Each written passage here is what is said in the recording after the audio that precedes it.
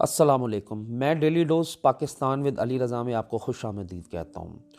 دوستو، مرنے کے بعد کیا ہوگا، یا قیامت کی نشانیاں، یا پھر قیامت کیسے آئے گی، ہمیں دین کے علاوہ کہیں اور سے ان چیزوں کا پتہ نہیں چل سکتا۔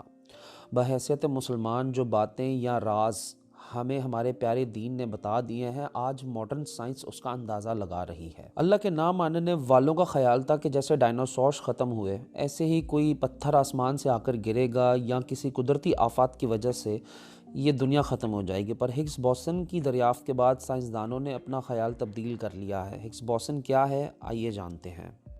پر سب سے پہلے آپ نے فزکس تو پڑھی ہوگی، میٹر یعنی مادہ، اس سے ہم سب واقف ہیں۔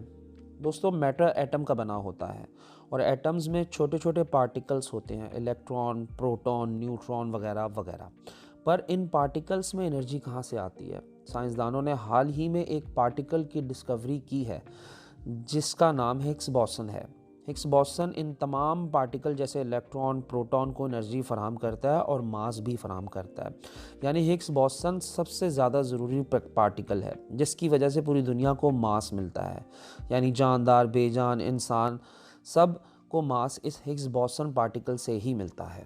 اب ہگس بوسن کی دریافت کے بعد سائنسدانوں کا ماننا ہے کہ یہ دنیا اچانک کسی بھی وقت بغیر کسی وارننگ کے ختم ہو جائے گی، کیونکہ ہگس بوسن کی انرجی 126 ارب الیکٹران وولٹ ہے، پر ہگس بوسن کو سٹیبل رہنے کے لیے 127 ارب الیکٹران وولٹ انرجی چاہیے ہوتی ہے۔ یعنی دنیا ایک ایسی حالت میں ہے کہ اگر اس وقت بھی ہگس بوسن مزید انسٹیبل ہوتا ہے تو پلک جھپکتے ہی یہ دنیا ختم ہو جائے گی۔ دوستو، اب آپ یہ غور سے سنیے کہ اللہ نے قرآن پاک میں فرمایا ہے کہ اللہ نے آسمان اور زمین کو تھامے رکھا ہے کہ وہ ٹل نہ جائیں۔ اگر وہ ٹل جائیں تو کوئی اللہ کے سوا ایسا نہیں کہ انہیں تھام لے، یعنی اللہ نے کائنات کو تباہ ہونے سے بچا رکھا۔ سائنسدان کائنات بننے کی تھیوری کو بگ بینگ کہتے ہیں، اور space.com پر یہ چیز موجود ہے کہ کائنات بننے کے بعد اسے ختم ہو جانا چاہیے تھا، کیونکہ ہگس بوسن کی انرجی سٹیبل نہیں ہے، اور ان کے پاس یعنی سائنسدانوں کے پاس اس کا کوئی جواب نہیں ہے کہ کائنات کیوں تباہ نہیں ہوئی۔ پر اللہ تعالیٰ نے، جیسے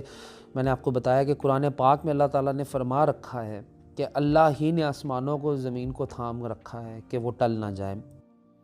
اسی چیز کو مزید جاری رکھوں تو قرآن پاک میں اللہ تعالیٰ نے ایک اور جگہ ارشاد فرمایا ہے، اور ہم نے آسمان کو ایک محفوظ چھت بنایا اور لوگ اللہ کی نشانیوں سے منہ پھیرتے ہیں۔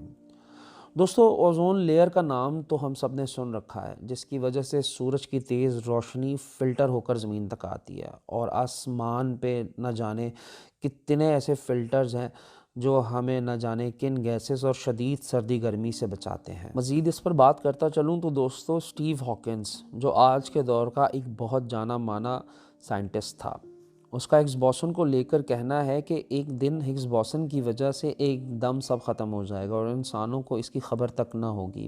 اور سائنٹسٹ جوزف کا کہنا ہے کہ اگر ہگس بوسن مزید انسٹیبل ہوا تو ہمیں دنیا پتہ چلنے سے پہلے ہی تباہ ہو جائے گی۔ یعنی ہگس بوسن انسٹیبل ہوا تو پوری دنیا ماس لوز کر جائے گی اور سب کچھ شاید ہوا بن جائے گا اور تباہ ہو جائے گا۔ دوستو، اب آپ اللہ کا قرآن پاک میں ارشاد سنیے، قیامت تم پر اچانک حادثاتی طور پر آ جائے گی۔ ایک اور جگہ اللہ تعالیٰ نے فرمایا ہے کہ اس وقت پہاڑ روئی کی طرح ہو جائیں گے۔ روئی کے جیسے ہونے سے مطلب جیسے پہاڑوں میں سے ماس ختم ہو جائے گا۔ سائنس آج ان چیزوں کو مان رہی ہے کہ شاید دنیا کی تباہی ماس لوز کرنے کی وجہ سے ہوگی، اور اللہ نے قرآن پاک میں ہمیں یہ سب نشانیاں دے رکھی ہیں۔ قیامت کب آئے گی اس کا علم صرف اللہ تعالیٰ کو ہی ہے، اور ہم مسلمان اس پر یقین رکھتے ہیں۔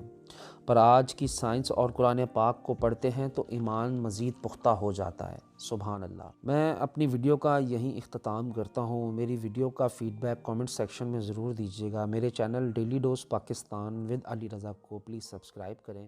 اللہ حافظ۔